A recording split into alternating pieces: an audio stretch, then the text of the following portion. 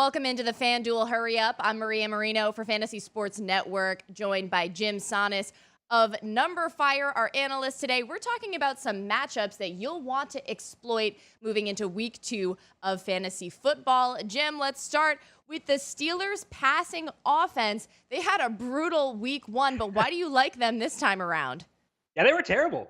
Ben Roethlisberger threw 3 picks, and he did not look good. He's got an elbow injury now, but you have to consider, too, that game was on the road, and they were in high winds. It was raining as well. Now they go home, and they're facing the Kansas City Chiefs. And last week, the Chiefs allowed 424 yards and 3 touchdowns to Phillip Rivers, and that was even with the Chargers dropping 5 passes. This defense, when we talked about last week, is one we can target pretty regularly. And I didn't see anything last week to really change my mind on that. And we know that the Steelers are a better team at home than they tend to be on the road. So I love Antonio Brown. I love Ben Roethlisberger. You can throw out some Juju Smith-Schuster, and this is a game that you can really stack. There's a high total in this game. Can run it back with the Chiefs, whether it be Tyreek Hill, Patrick Mahomes, or someone like that. So I think it's a good rebound spot for Pittsburgh. They've got a great matchup. I love targeting them at home, whoever they're facing. And I think that, honestly, this week, I just want to go hard at that Steelers offense and see how many shares I can get of each piece. And as good as Kansas City looked in week 1, they're currently ranked 31st against the pass. So Jim likes that Steelers passing offense this week. But let's move over to another matchup we can exploit for week 2. It's the Panthers rushing offense going up against Atlanta. What caught your eye about this one? Yeah, I think it's injuries for Atlanta because they've lost a couple of really big players in Keanu Neal and Deion Jones. And they're guys who have kind of been the glue for this defense for a while now. And specifically, what they do is they tend to cover running backs out of the backfield quite a bit. And Atlanta is a team that has allowed the most receptions to running backs each of the past 3 years. You've put them up against Christian McCaffrey now, who had 9 targets last week on top of 10 carries. And he's a guy who could go bananas out of the backfield for this week. Also, Atlanta was ranked 22nd against the rush last year. Didn't do so hot in week 1 against Philadelphia. And then you take both Jones and Neal out of the equation. And I like McCaffrey a lot this week. He was on the field for 85.1% of the snaps last week, which is the second highest mark of his entire career. And he's just $7,400 on FanDuel. I love McCaffrey for this week. I'm hoping people will be let down based on what he did last week, where he was decently popular against Dallas, but the usage was there. He's got a great matchup this week. He's playing indoors, which I also love. So it's a good week to get back in on Christian McCaffrey against Atlanta. McCaffrey netting just over 10 fantasy points on FanDuel last week, but Jim thinks he could get even more this week. Let's talk about the Chargers rushing offense now, and Melvin Gordon, he's going up against Buffalo, and they had some trouble week 1, to say the least, Jim. Just a little bit of trouble, yeah, absolutely. Is they lost that one pretty big, and now they go back home. They're starting Josh Allen, and they are underdogs here. And the Chargers disappointing last week, but it was not disappointing the uses that Melvin Gordon got. He had 15 carries and a career high 13 targets. And my process in DFS, even on a half PPR site like FanDuel, is I want as many targets for my running backs as possible because a target in half PPR scoring is worth twice as much as a carry. And if I'm going to get 13 targets out of Melvin Gordon, I'm pretty excited about that. They're also, again, a favorite in this game, which should lead to additional rushing volume. And they're facing a Buffalo defense that was last in the league against the rush last year based on Number Fire's metrics. Now, I don't expect them to rank last against the rush this year, but because they did make some good changes in the draft defensively. But at the same time, I'm more focusing on the volume here for Melvin Gordon, which should be just massive as a favorite and tossing that passing volume. And I love everything about Melvin Gordon this week for $8,200 on FanDuel. Chargers may not have gotten a win week 1, but fantasy-wise, they cleaned up, and Melvin Gordon in particular netted over 23 fantasy points on FanDuel. Let's now turn our attention to the Broncos passing offense in week 2, going up against Oakland. They are home, the Broncos are, and Oakland definitely had their troubles in week 1 as well. Yeah, it's weird. Weird that a team that traded Khalil Mack would have trouble rushing the passer. I'm not sure how that exactly happened. They should trade for Khalil Mack now to rectify that. Just 1 sack last week against Jared Goff, even though the Rams had one of their guards suspended for the game. So not at full health on the offensive line there. But they just generated no pass rush, and Jared Goff was able to pick them apart. Now they go on the road facing a Denver Broncos offense that looked pretty good last week in the first game with Case Keenum. And the thing that I love about this Denver Broncos passing offense is that you know where the ball is going. Emmanuel Sanders, 11 targets last week. Demaryius Thomas had 10, and both those guys had 2 targets at least 16 yards downfield.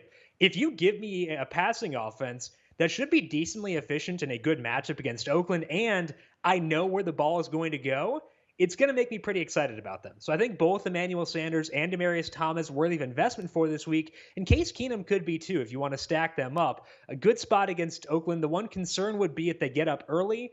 But if they get up early, that means they scored points already. So I'm not super worried about that personally. I think that Keenum, Sanders, and Thomas all totally in play for this week too.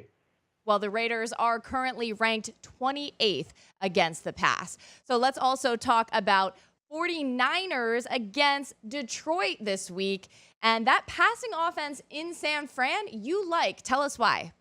Yeah, they didn't look good last week, but it's kind of like the Steelers situation where the circumstances dictated that. They were on the road facing Minnesota. Minnesota has the best defensive line in all of football, and not many teams will look good when you're facing that team on the road. Now they go back home, and they're facing the Detroit Lions. And we saw Sam Darnold shred them on Monday night. Now the Lions, instead of facing a rookie quarterback at home, go on the road on short rest to face Jimmy Garoppolo. And the Lions do have talent in their secondary with Darius Slay. He did get banged up on Monday night. Should be good to go. But I think the thing here is that the linebacker play for Detroit figures to still be suspect. We saw Quincy Enunwa tear them apart on Monday night as well, which bodes well for George Kittle. You guys talked about him on Monday as having really good usage in week 1. So I think you can pair Garoppolo with George Kittle or just use George Kittle by himself. They should be in a good spot here against Detroit. And I think it's a good bounce back spot for the 49ers as a whole. I think Jimmy G watching Sam Darnold's performance against Detroit will be nice inspiration. And we talked about George Kittle. His stock is trending up. He had over 11 fantasy points on FanDuel week 1. So Jim likes him for week 2. Let's also talk about the Vikings rushing offense going up against Green Bay. They're at Green Bay. How come you like this matchup, Jim? I like it because I think Dalvin Cook's going to wind up going overlooked for this week, and I don't really think he should because he's $6,500 on FanDuel, which is an awesome price to pay for a guy who played 80% of the snaps last week. The usage wasn't necessarily great for Dalvin Cook because Latavius Murray did get 11 carries, but even with that, we saw Dalvin Cook get 16 carries. He also had 7 targets. Again, I love getting targets, and for just $6,500, he is kind of a workhorse back. And that's far too cheap for a guy who's going to get the usage that he will get. On top of that, the Packers defense is much better than it was last year, but they weren't able to stop the rush back on Sunday night against the Bears. Jordan Howard had a 60% success rate against them on 15 carries. Same thing for Tariq Cohen on his 5 carries. I don't know if this is necessarily a defense I will target often this year because I do respect a lot of the investments that they made in the draft, especially at cornerback. But when you give me Dalvin Cook, in a situation where I think he'll go overlooked for $6,500 on FanDuel, the usage is too good for me to say no. So it's partially because I like the matchup, but it's also because I think Dalvin Cook is just very much underpriced at $6,500. And one great thing to note about Cook, in addition to his running game threat, he had 6 receptions in week 1. So this was just one matchup that Jim likes for week 2. If you want to see all the matchups to exploit, make sure you check out FanDuel.com/theduel and click on videos.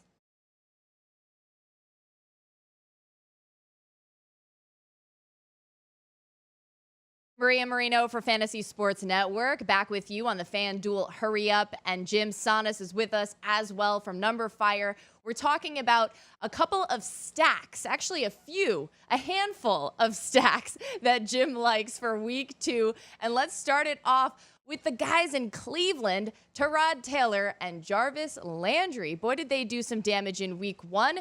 Jim, what are you thinking about them for week 2? Yeah, they're going on the road to face New Orleans, and I don't expect New Orleans defense to be as bad as it was in week 1, But I think it's kind of the same thing we talked about earlier with the Denver Broncos offense, where you kind of know where the ball's going to go. And based on week one, it seems like that's going to be to Jarvis Landry for Cleveland. He had 214 air yards, according to Fantasy Insider's Air Yards app in week one. If we look back to last year when he was with Miami, he never had more than 143 air yards in a single game. He topped 100 air yards just 3 times the entire year. So the usage here for Jarvis Landry, 15 total targets, and a lot of those being downfield. He had 5 targets, at least 16 yards downfield.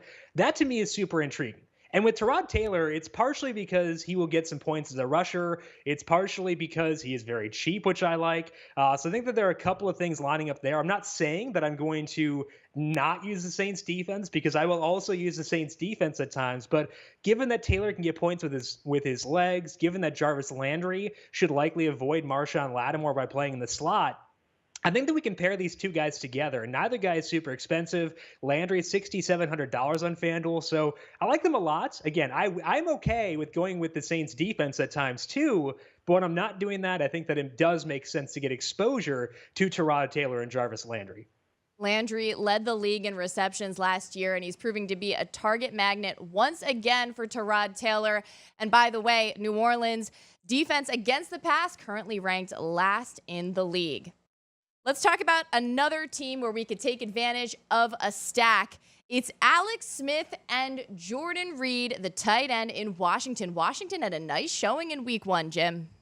Yeah, they really did dominate out in Arizona. And that's not an easy place to go as you're going out. It's a long trip and facing a defense that in the past has been very good. But I think we saw in week one that, maybe not the same thing. But we saw the exact same thing from Indianapolis, where the Bengals, even though they got off to a slow start, were able to put together a pretty good performance against Indy. Now Indy goes on the road to face Washington. And I am worried a bit about the ceiling here with Washington, because Alex Smith did not attempt a pass longer than 16 yards downfield. But they should be able to move the ball, and they should be able to score points. And I think both those bode well for a guy like Jordan Reed. He was able to play 51% of the snaps last week, meaning he is healthy. And I think that's kind of always the big question with Jordan Reed. He had 2 targets inside the 20-yard line. He had 1 target inside the 10.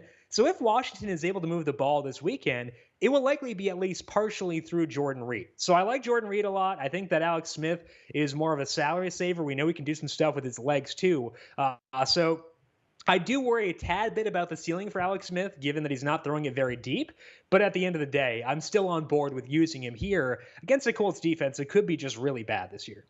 Alex Smith, just a poised veteran. And Jordan Reed, as you mentioned, you got to take advantage and use him while he's healthy. But let's talk about another stack for week 2. And Jim likes Drew Brees and, of course, Alvin Kamara. This probably speaks for itself, but tell me why, Jim. Yeah, it's not exactly the boldest stack to go with Drew Brees and Alvin Kamara, but I think that I just love having these two together, because if you pair Drew Brees with Alvin Kamara, you're probably getting exposure to every touchdown that the Saints score. And we saw what they can do in week one. They may have lost, but they still put up 40 points against the Bucs. Now they're facing the Browns, and I like the Browns defense to be better this year than they were last year. But at the end of the day, it's still the Saints at home. And I love stacking where I can get a double dip. That's why I don't often stack a quarterback with a running back, because, if a running back runs the ball, you're not getting double points between the quarterback and the running back. But with Kamara, he had 12 targets last week from Drew Brees. So you are still doubling up. He's always a threat to get a receiving touchdown. He had 5 targets in the red zone last week. He had 2 deep targets as well. And I'm not opposed to putting Drew Brees with Michael Thomas.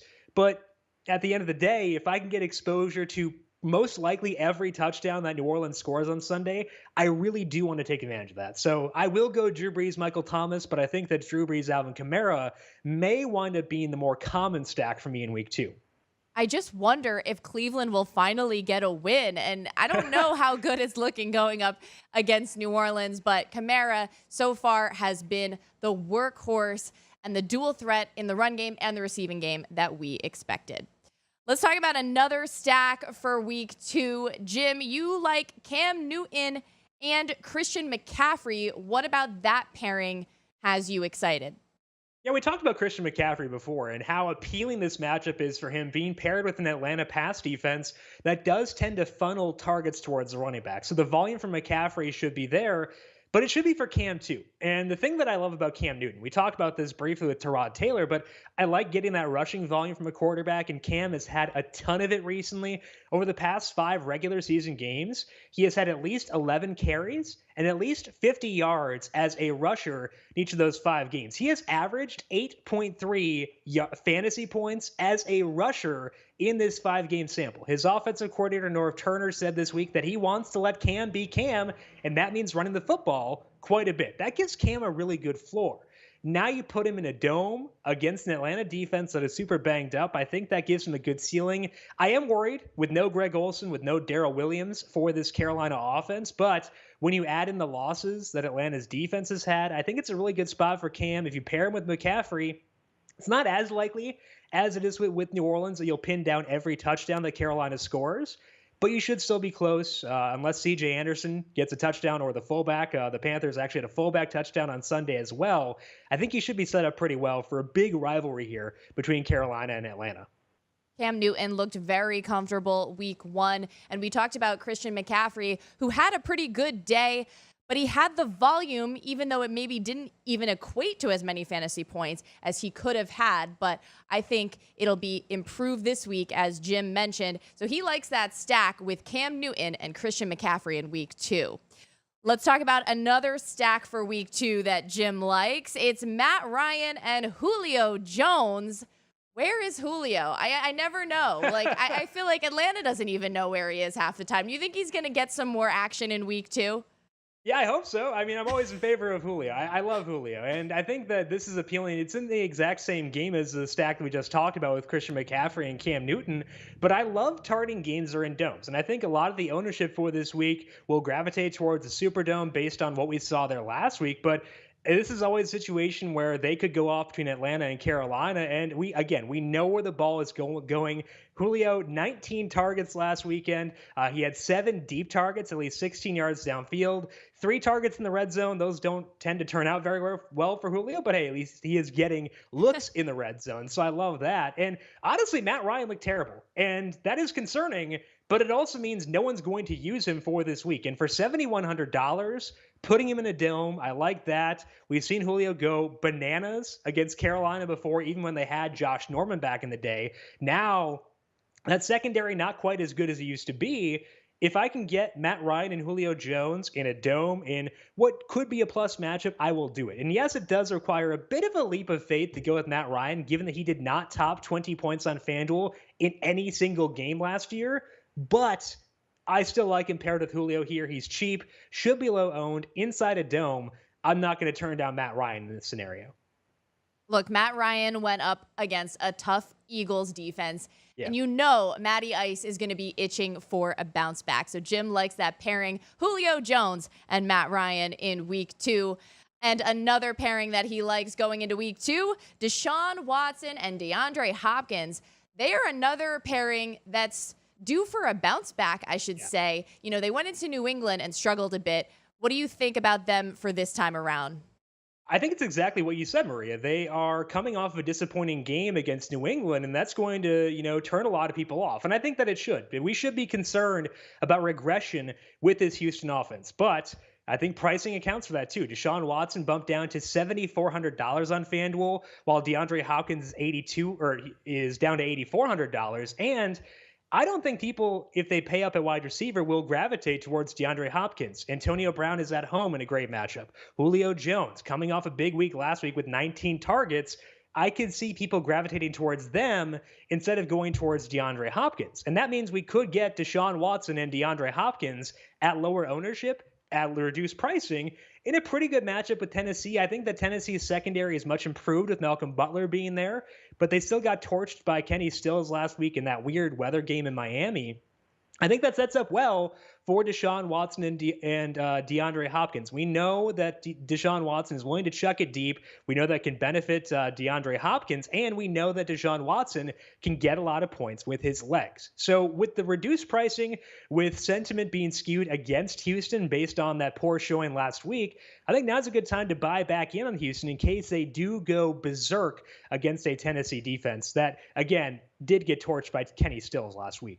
What I like about this stack is just the sheer talent, right? DeAndre Hopkins Yeah. has got to be one of the best receivers in the NFL at this point, and we've seen Deshaun Watson's ability to put up monster numbers. So that's a stack that we both like. And if you missed any of the other stacks we like for week 2, make sure you check out FanDuel.com/theduel and click on videos.